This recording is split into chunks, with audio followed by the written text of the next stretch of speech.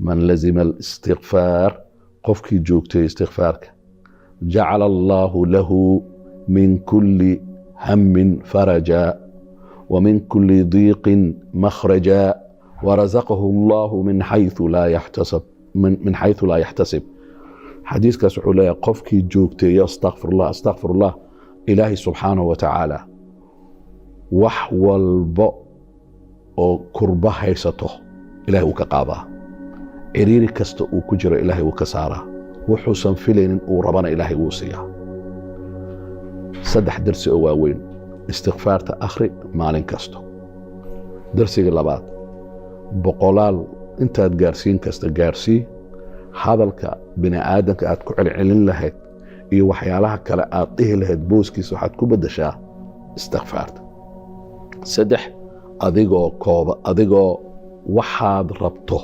qorshaystay ilaahay inaad weydiisato ilaahay weydiiso waxay doonta ahaato waad heli bismillahir rahmaanir rahiim alxamdulilah wa usalli wa usallim ala sayyidina muhammad wa ala alihi wa sahbihi wa sallam ajma'in assalaamu calaykum wa rahmatullaahi wa barakaatuh warbaahinta qaranka iyo intana daawanayso dhan waxaan aan idinku soo dhaweynayaa sheekooyinkii gaagaabnaa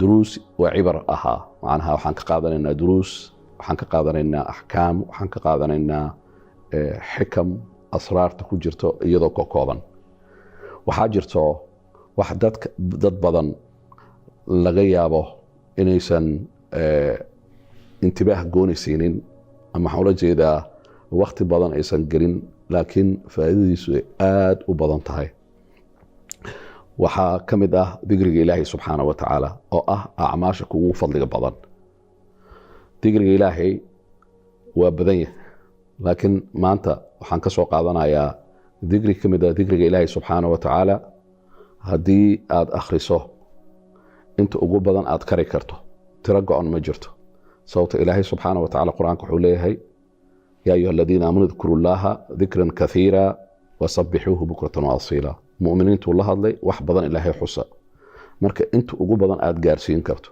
علماء كمان كن أيت المامين لكن أود هذه كحرنتهاي وقت هذه كحرنتهاي علماء قارك وحيدها إنه حكو حرنتهاي إيمان كان انتو ليجهاي قفك مركو ذكر سمانا يو إلهي سبحانه وتعالى صدح شردي عن كهر مرنا أيضا كوبان shardiga koowaad waxaa fiican hadday suurtagal tahay adiga ilaah inaad wada tihiin si oo markaasi qabuul loo helo laba ilaahay dartiisa inaad u samayso oo ilaahay aad ku raali geliso saddex macaasidoo dhan inaad iska dhowrto noocay doonta ha ahaato midda muuqata iyo middaan muuqan waxay keenaysaa digrigaaga in la aqbalo digriga ilaahay subxaana wa tacaala aan ka hadlaya waa duco waaye ducooyinka ka mid ah ducadaas waa wada garanaysaan way kooban tahay laakiin haddii maalintii aad ku celceliso 1000 ama wax ka badan ama ugu yaraan 100 jeer ilaahay subxaanahu wa tacaala albaabadu kuu furayaa waana digriga ilaahay subxaanahu wa tacaala fi suurat nuux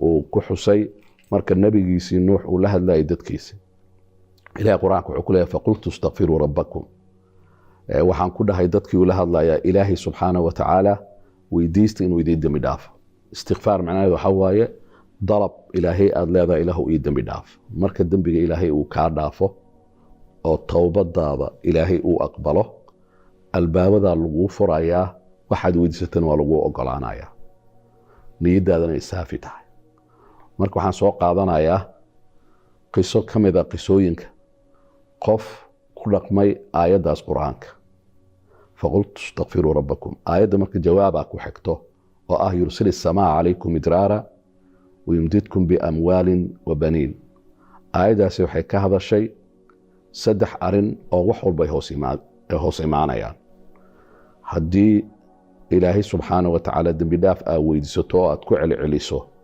استغفارته استغفر الله استغفر الله استغفر الله استغفر الله أضو ميل فرية أو وحبد أنكو كلا قوينين أو إلهي أديقا aad keli ku tahay ilaahay subxaana wa tacaala ilaahay albaabada dhan ayuu kuu furaya qisa cajiib badan nin waxaa jirto maalintii akhrin jiray ilaa 10,000 oo astaqfirullah ninkaasi wuxuu rabay wuu helay qisadoo kooban waata maalin maalmaha ka mid ah waxaa safar galay imaam weyn aad wada garanaysaan, imaam Axmed ibn Xambal. safarkiisii wuu dheeraaday, marka wuxuu ku leexday xaafadda wuxuu ka raadiyey masaajidka ugu dhowaa uu galay. waqtiguu galay waxay ahayd waqtiga salaada maqribka ah. salaadii maqribka ahaa masaajidku ku tukaday. markuu ku tukaday nin sheekhu ahaa, laakiin ikhlaasnimadiisa iyo isdhowrayo waxaa dhacday inuusan dadku isku sheegin. meel gooniu fariistay, kitaabkiisuu furtay, qur-aanku iska akhristay ilaa cishahuu sugay. salaadii cishaha markuu tukaday, jamaaca ku tukaday, maadaama mugdi ay noqotay, safarkuusan sii wadi karin, wuxuu go-aan ku gaaray masaajidkunu iska seexdo. masaajidka meel ka mid uu nidaamsaday, boorsooyinkiisii wixiisii markuu gooni u dhigtay uu kala nidaamsaday, ayaa waxaa u yimid ninkii masaajidka khaadimka ahaa. wuxuu yidhi waxaad u egtahay qof musaafir ahaa, uu dhahay. waxaad u egtahay qof raba meesha inuu seexdo. wuxuu yidhi haa, meel kale aan seexdo dad aan ka aqaana ma jiro. wuxuu yidhi lama ogola meesha in la seexdo. markaasaa wuxuu yidhi masaajidka lama seexan karo. maya, lama seexan karo. marka waxaan kaa codsanaa inaad masaajidka ka baxdo. bas ninka markaa ma isku sheegin. marka hadduu isku sheegi lahaa madaxuu saaran lahaa. dadka hore saasay ahaayeen, waa isqarqarin jireen. waa calaamadaha awliyada ilaahay ka mid ah, dadka inaadan dadku isku sheegin waxaa tahay. waxaa laga cabsanaya wax la yidhaahdo riyaa. qofka culummada saasay ka cabsanayeen. calaa kulli xaal wuxuu sameeyey alaabtiisu urursaday.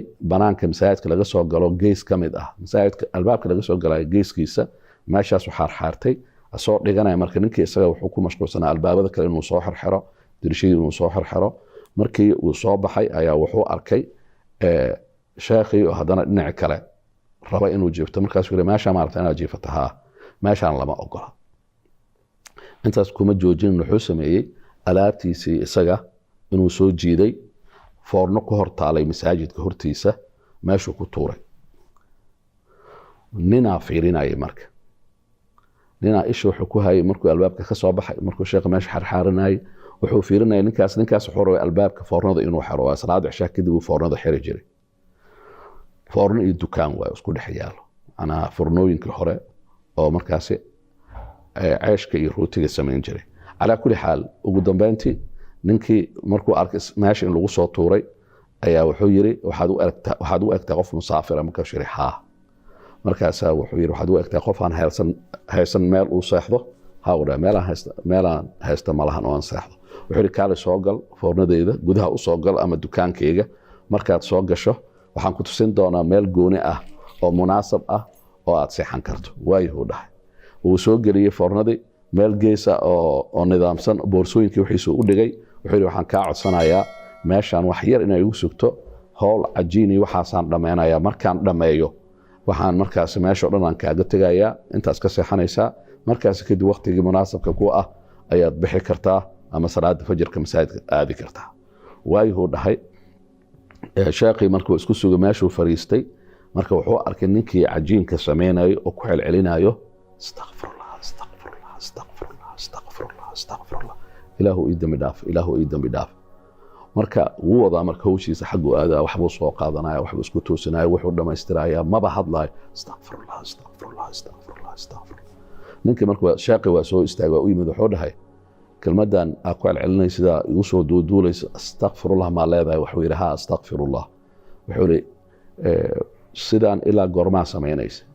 ninkan waa caalim, uu ogyahay waxa uu ku hadlayo, uu dhahay wax weyn waayo. markaasaa wuxuu yidhi nolosheedu dhan aan sameeyaa. uu dhahay markaan shaqaynayo, markaan wax gadaayo keliya maahine, marka wuxuu dhahay intee jeeroo dhahdaa astaqfirullah maalintii?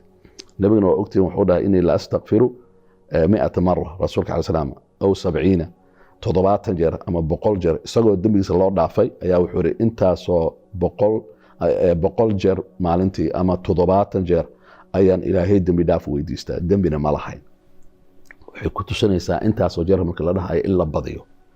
marka wuxuu yidhi 100 ma akhrisaa? may 100 waa ka badan tahay. uu dhahay 1000 may 1000 waa ka badan tahay. markaasi kadib wuxuu weydiiyey su-aal ah, markaad akhristo astaqfirullah ilaahay wax ma weydiisataa? markaasuu yidhi haa, waxaan rabaa weydiistaa. wuxuu yidhi ilaahay muu kuu jawaabaa? markaasuu yidhi maba jiraba wax aan weydiistay maalintaasi oo ilaahay usan isiinin, hal shay oo ilaahay iga soo daahiyo oo weli aan sugayo. markaasuu yidhi ma waxaad leedahay waxaa ilaahay weydiisatuu ku siiyaa? maya, ilaahay maalintii u siiyaa ku dhahay. waxaan weydiistay ilaahay maalintii wax iga maqan ma laha. nolosha ugu fiicnaan ku jiraa, laakiin hal wax aan jeclahay aan ilaahay weydiistay, maadaama wax walbaba ilaahay uu isiiyey oo aan ku qanacsanahay, waxaan aaminsanahay tanna ilaahay inuu isiin doono. maxaa waaye uu dhahay? wuxuu dhahay cid inaan u sheega ma raba, aniga ilaahay waay. markaan weydiistana ilaahu tan aniga adiga waay, waxaan rabaa waxaas inaan helaan dhaha.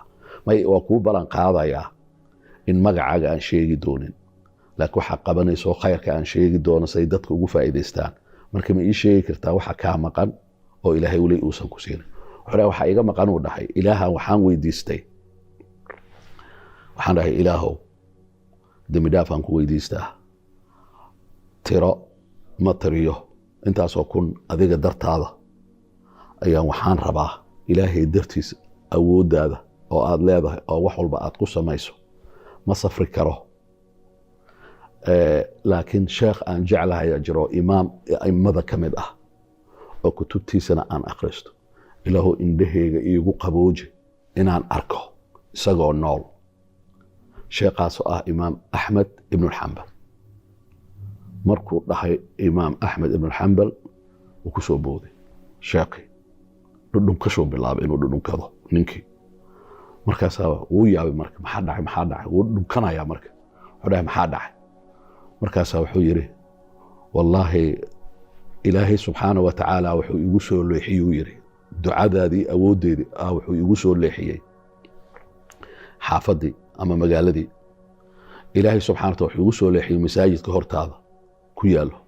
ilaahay subxaana wa tacaala wuxuu iga soo saaray masaajidkii oo hortiisii inaan seexdo. waa layga soo deediyey, masaajid hortiis in layga soo qaada, gurigaaga foornadaada hortiisa laygu soo tuuray. wuxuu yidhi waa awoodda ducadaada, ilzam manaa wad daa'im, ha kala joojin. marka waxaan idin xusuusinayaan kusoo gabagabaynayaa, nebiga wuxuu yidhi xadiis oo la yiraahdo waa daciif xadiiska, laakiin macnaahu saxiix. macnaha xadiiska waa saxiix. man lazima alistikfaar, qofkii joogtay istikfaarka, jacala allaahu lahu min kulli hammin faraja wa min kulli diiqin makhraja warazaqahu allahu min xayثu laa yaxtasib.